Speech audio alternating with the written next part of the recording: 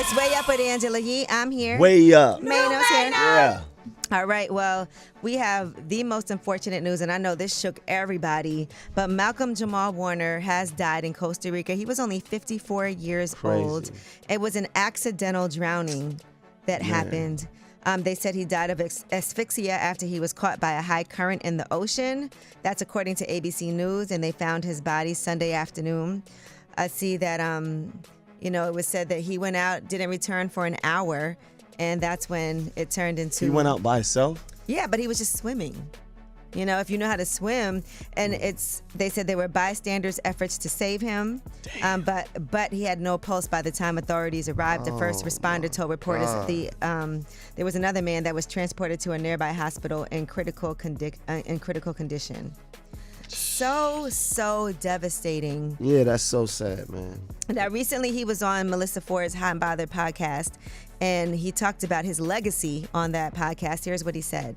I remember my mother said to me one time, Mr. Cosby gave you immortality. So there's legacy there. But also because those former years were always about life. Because I've had this full life after that show, there's another lane of legacy that I get to leave. And I'm still working through that.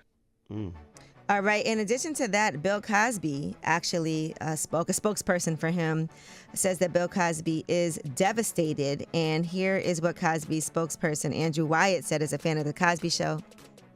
Yeah, but his spokesperson said as a fan of The Cosby Show, every young boy's dream was to be Theo and have a family like the Huxtables. However, that dream came true when God gave me the honor and pleasure to represent Mr. Cosby. I got to do it for the culture, just like To The Cosby Show saved many cultures. And here's what Bill Cosby had to say. He is an honest person, and that media, I hope, will show the respect for him. You know, a lot of people have showed their respect for him, too, by the way. It hasn't been, anything but love. Yvette Nicole Brown said, this loss has devastated me. I don't have the words right now, so I'm repurposing these beautiful ones from my dear friend who I adored, and showed a video of him speaking. Also, Morris Chestnut, Taraji P. Henson, Eddie Griffin, Tabitha Brown, Tracy Ellis Ross. So many people showing him love after this really tragic incident that happened. So yes, again, we got to show some love to his family. And, it's interesting because when something like this happens, I feel like his legacy is so amazing that even if you obviously don't know him personally, it still hits.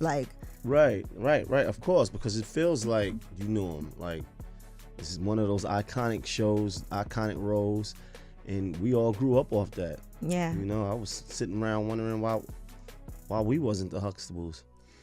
All right, well, shout out to Malcolm-Jamal Warner again and to his family. I know this has to be really difficult, something like this, just completely unexpected, and everybody is going to be showing their love. But as information is coming in, we'll let you know exactly what's happening with any type of memorial services and updates.